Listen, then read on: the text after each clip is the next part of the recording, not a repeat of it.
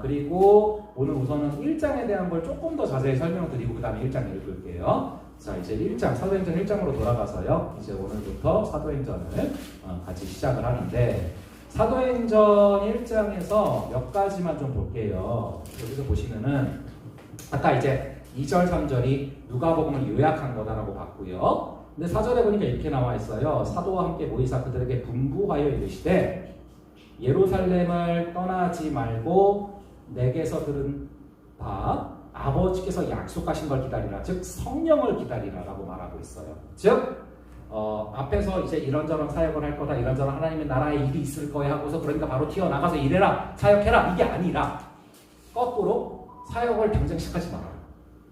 기다려라. 기도해라. 그리고 성령을 기다려라. 이게 여러분 하나님의 방법이에요. 바로 튀어나가는 게 아니라 주님 주신 마음이 임하고 그리고 성령을 받아서 나가는 거예요. 그래서 여러분 보시면은요, 제가 그걸 써놨어요. 성령을 통해서 능력을 받아야지만 우리가 사명을 감당할 수 있어서 그런데요. 저는 삶에서 이걸 참 많이 체험해요. 1년을 딱 기도를 하고 나가면 10분 만에도 끝날 일이 10분 만에 바로 나가면 1년이 걸려도 안 끝나요.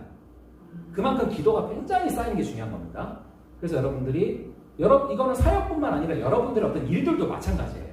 기도를 충분히 하시고 하시면 쉽게 해결될 것도 기도가 안 된 상태에서 그냥 나가서 해버리면 꼬일 때가 많단 말이죠. 그만큼 이제 기다려서 성령을 충만히 받고서 나가라 라고 말하는 것이 이제 4절과 5절에 나온다라는 거 기억하시고요. 그 다음에 이제 6절에 보면은 위에 보면 하나님 나라의 일에 대해서 쭉 말씀을 하셨는데 6절에 보니까 그들이 모였을 때 제자들이 예수님께 여쭈어서 이르되 주님께서 이스라엘 나라를 회복하심이 이때입니까? 라고 물어봐요. 이게 별거 아닌 것 같지만 존 칼빈은 이렇게 해석을 했어요. 이 6절의 질문은 존 칼빈이 종교개혁자 아닙니까? 근데 이 6절을 해석하면서 이 6절의 질문은 단어 하나하나가 다 잘못된 질문이다. 왜냐하면 하나님께서는 하나님 나라의 일을 지금 말씀하시는데 이스라엘 사람들은 이스라엘 나라를 회복하시면 이때입니까? 즉 로마로부터 해방되는 그걸 얘기하는 거예요.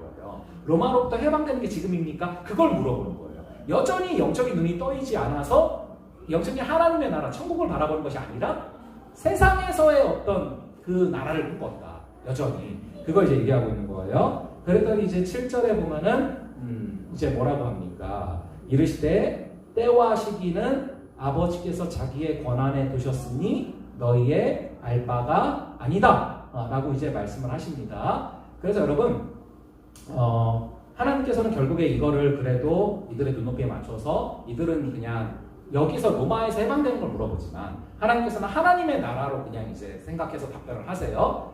저희가 그래서 그거의 질문이랑 연결되잖아요. 사람들도 그걸 많이 물어보잖아요. 예수님이 재림하신다고 하는데 그때가 언제입니까? 예수님이 언제 재림하십니까? 그거를 참 많이 물어보지 않습니까? 그때 저 동일한 답변이죠. 때와 시기는 아버지께서 자기의 권한에 두신 것이다. 너희 알 바가 아니다. 여러분 이것은 피조물의 권한이 아니다. 이 때와 시기는 하나님이 언제 재림하시냐 이거는 하나님의 영역이지 우리의 영역이 아니다. 근데 이거를 마치 사람이 알 수 있는 것처럼 얘기를 하면서 했던 것들이 여러분 기억하시는 것처럼 옛날에 뭐 다미 선교회 뭐 이런 거 있지 않았습니까? 그래서 10월 며칠인가 뭐 기억할 필요도 없는 거죠. 그래서 그때 뭐 온다고 해서 막 그랬었잖아요. 그 당시만 해도 사람들이 좀 순진해서 막 뉴스에서 중계하고 그랬었어요. MC 나 진짜 오나 막 근데 이제 그랬었는데 그게 이제 말이 안 되는 얘기죠. 때와 시기는 심지어 예수님께서도 아버지만 하신다고 얘기했을 정도로. 그래서 여기서 나오는 이제 그 때와 시기라는 것은 너희의 알 바 아니오라는 얘기가 그것은 피조물의 영역이 아니다.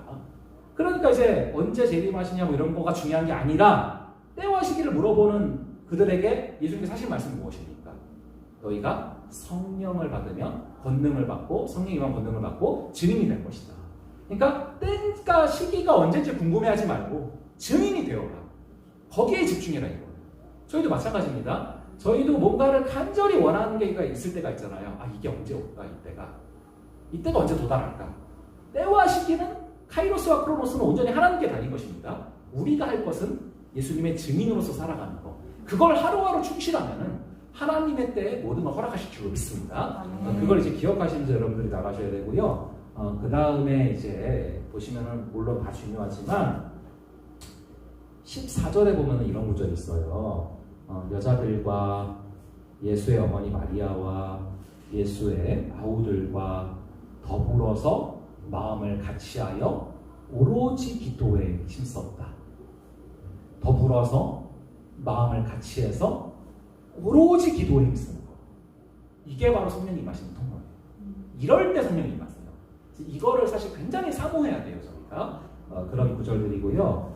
뭐 설명할 게 많지만 저희가 시간 관계상 그 정도 보고 하나만 딱 보고 앞으로 돌아가서 이것만 하나 볼게요. 여러분 잘 아시는 것처럼 11절에 1장 11절에 보면은 예수님이 이제 승천하시는 장면이 나오잖아요.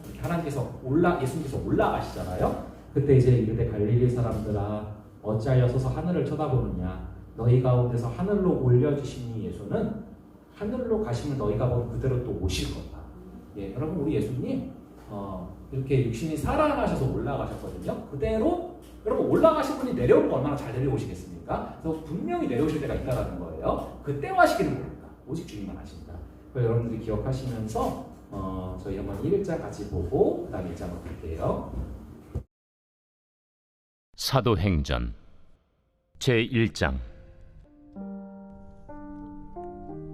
데오빌로여, 내가 먼저 쓴 글에는 무릇 예수께서 행하시며 가르치시기를 시작하신부터 그가 택하신 사도들에게 성령으로 명하시고 승천하신 날까지의 일을 기록하였노라.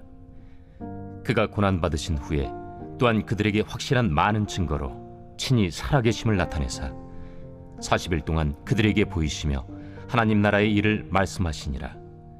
사도와 함께 모이사 그들에게 분부하여 이르시되 예루살렘을 떠나지 말고 내게서 들은 바 아버지께서 약속하신 것을 기다리라. 요한은 물로 세례를 베풀었으나 너희는 몇 날이 못 되어 성령으로 세례를 받으리라. 그들이 모였을 때 예수께 여쭈어 이르되 주께서 이스라엘 나라를 회복하심이 이때니이까? 때와 시기는 아버지께서 자기의 권한에 두셨으니 너희가 알 바 아니요 오직 성령이 너희에게 임하시면 너희가 권능을 받고 예루살렘과 온 유대와 사마리아와 땅 끝까지 이르러 내 증인이 되리라. 이 말씀을 마치시고 그들이 보는데 올려져 가시니 구름이 그를 가리어 보이지 않게 하더라. 올라가실 때 제자들이 자세히 하늘을 쳐다보고 있는데 흰옷 입은 두 사람이 그들 곁에 서서 갈릴리 사람들아 어찌하여 서서 하늘을 쳐다보느냐 너희 가운데서 하늘로 올려지시니 예수는 하늘로 가심을 본 그대로 오시리라. 제자들이 감람원이라 하는 산으로부터 예루살렘에 돌아오니 이 산은 예루살렘에서 가까워 안식일에 가기 알맞은 길이라. 들어가 그들이 유하는 다락방으로 올라가니 베드로, 요한, 야고보, 안드레와 빌립, 도마와 바돌로메, 마테와 및 알페오의 아들 야고보, 셀롯인 시몬, 야고보의 아들 유다가 다 거기 있어 여자들과 예수의 어머니 마리아와 예수의 아우들과 더불어 마음을 같이하여 오로지 기도에 힘쓰더라. 모인 무리의 수가 약 120명이나 되더라. 그때 베드로가 그 형제들 가운데 일어서서 형제들아, 성령이 다윗의 입을 통하여 예수 잡는 자들의 길잡이가 된 유다를 가리켜 미리 말씀하신 성경이 응하였으니 마땅하도다. 이 사람은 본래 우리 수 가운데 참여하여 이 직무의 한 부분을 맡았던 자라. 이 사람이 불의의 삭으로 밭을 사고 후에 몸이 곤두박질하여 배가 터져 창자가 다 흘러나온지라. 이 일이 예루살렘에 사는 모든 사람에게 알려져 그들의 말로는 그 밭을 아겔다마라 하니 이는 피밭이라는 뜻이라. 시편에 기록하였으되 그의 거처를 황폐하게 하시며 거기 거하는 자가 없게 하소서. 그의 직분을 타인이 취하게 하소서. 이러함으로 요한의 세례로부터 우리 가운데서 올려져 가신 날까지 주 예수께서 우리 가운데 출입하실 때에 항상 우리와 함께 다니던 사람 중에 하나를 세워 우리와 더불어 예수께서 부활하심을 증언할 사람이 되게 하여야 하리라. 그들이 두 사람을 내세우니 하나는 바사바라고도 하고 별명은 유스도라고도 하는 요셉이요 하나는 마띠아라. 그들이 기도하여 이르되 무사람의 마음을 아시는 주여, 이 두 사람 중에 누가 주님께 택하신 바 되어 봉사와 및 사도의 직무를 대신할 자인지를 보이시옵소서. 유다는 이 직무를 버리고 제 곳으로 갔나이다. 제비 뽑아 마띠아를 얻으니 그가 11 사도의 수에 들어가니라.